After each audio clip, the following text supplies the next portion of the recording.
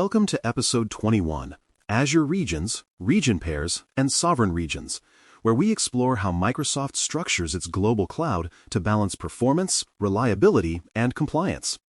Azure's geography is more than a map of data centers. It is an engineered lattice designed for scale and resilience. Each region connects through vast fiber networks that allow customers to deploy resources near their users, while maintaining continuity if something goes wrong. Understanding how these regions work together helps anyone designing cloud solutions make better decisions about speed, redundancy, and legal obligations.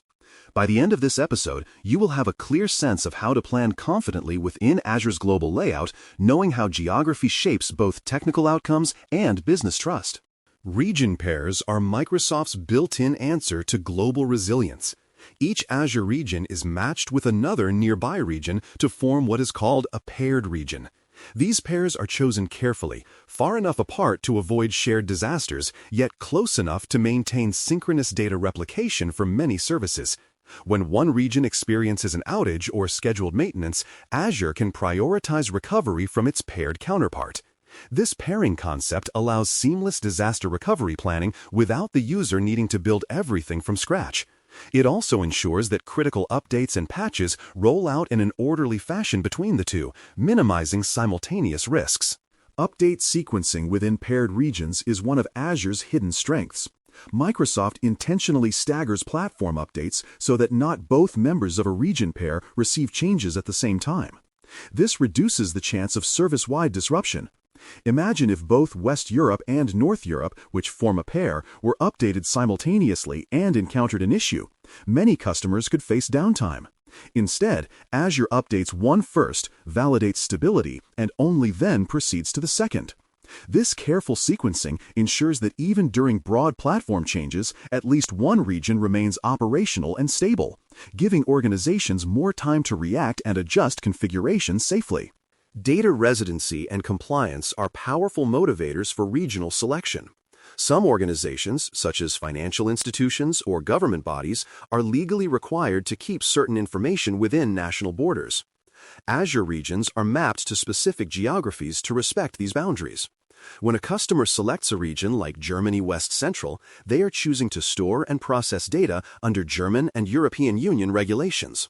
This alignment supports certifications and audits that depend on knowing exactly where data resides.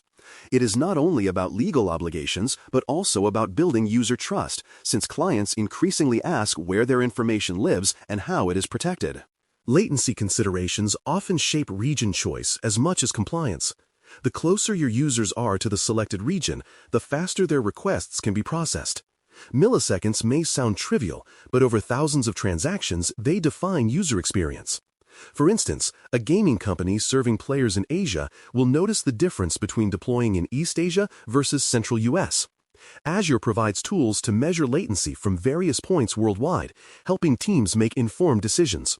Balancing proximity with availability often means selecting a primary region near the user base while retaining backups in nearby but distinct locations. This ensures both speed and reliability. Capacity planning plays a quiet but essential role in region strategy. Each region has finite resources, and high-demand areas can occasionally limit the availability of certain virtual machine types or services. Microsoft continually expands capacity, but customers who plan large deployments or bursts of usage need to monitor regional quotas. Azure's portal allows requests for increased capacity, but planning ahead ensures smoother scaling. For example, a retail company anticipating seasonal spikes should confirm that its chosen region can handle the load. This proactive approach prevents last-minute surprises that could otherwise slow down growth or affect service reliability during critical business periods.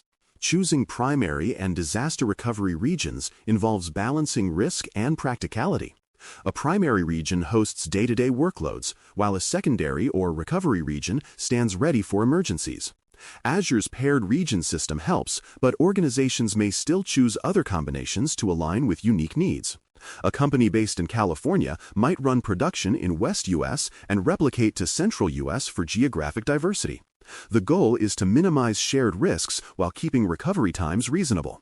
Testing these configurations periodically ensures that backups are not only stored but actually usable. A sound regional strategy protects both uptime and reputation. Sovereign and government clouds represent Azure's specialized environments for nations requiring stricter data separation. These clouds, like Azure Government in the United States or Azure China, operate independently from the public Azure network. They are designed to meet unique compliance standards and are often managed by approved local entities. Customers in defense, law enforcement, or public administration rely on these isolated regions to satisfy legal constraints around data handling. The existence of sovereign clouds underscores Microsoft's recognition that one global model cannot fit every jurisdiction. For customers, understanding these separations ensures that their compliance needs are addressed from the start. Connectivity between public and sovereign Azure environments requires careful design. While they share many technologies, these clouds do not freely exchange data. Transfers must happen through controlled gateways, often with additional review and encryption. For example, a contractor working with both public and government workloads must ensure that no restricted information crosses into non-authorized regions. This separation protects sensitive systems from accidental exposure and helps auditors verify that data never left its approved boundary. Designing for these realities means mapping workflows clearly and labeling data sources so that developers and administrators stay compliant even as environments evolve. Multi-region deployment patterns provide the blueprint for global reliability. Azure supports architectures like active-active, where multiple regions serve users simultaneously, and active-passive, where one region stands ready as backup. Each pattern has trade-offs. Active-active improves responsiveness and load balancing, but adds cost and complexity. Active-passive simplifies control, but increases failover time. Microsoft's reference architectures illustrate these designs with common services, such as web applications and databases. For a company expanding worldwide, using multiple regions may mean higher initial effort, yet it pays off in business continuity and customer satisfaction when disruptions occur in one location. Every regional plan involves weighing cost, performance, and legal trade-offs. Deploying across multiple regions increases resilience, but also multiplies operational expenses and potential complexity in data governance.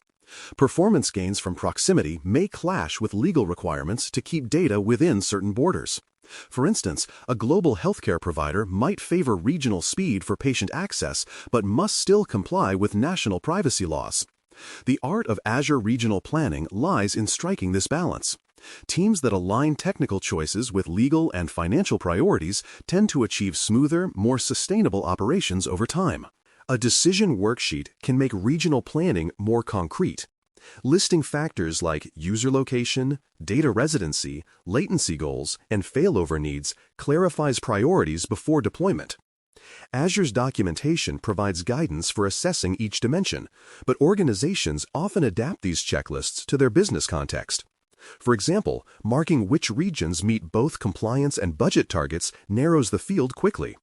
This structured approach replaces guesswork with repeatable logic. When leaders and engineers share the same worksheet, conversations about risk and cost become clearer, leading to more consistent and defensible cloud strategies. Good regional planning instills confidence that your cloud environment can serve users reliably, lawfully, and efficiently. Azure's design, with its network of regions, paired failover structure, and sovereign boundaries, offers remarkable flexibility when understood deeply. Knowing how and why to choose specific regions means every deployment decision supports both performance and compliance goals. As organizations mature in the cloud, these choices grow into habits that protect uptime, meet regulations, and build customer trust. By approaching region planning thoughtfully, you transform geography from a technical constraint into a strategic advantage. Thanks for listening. For more audio courses, daily newsletters, and more, please visit baremetalcyber.com.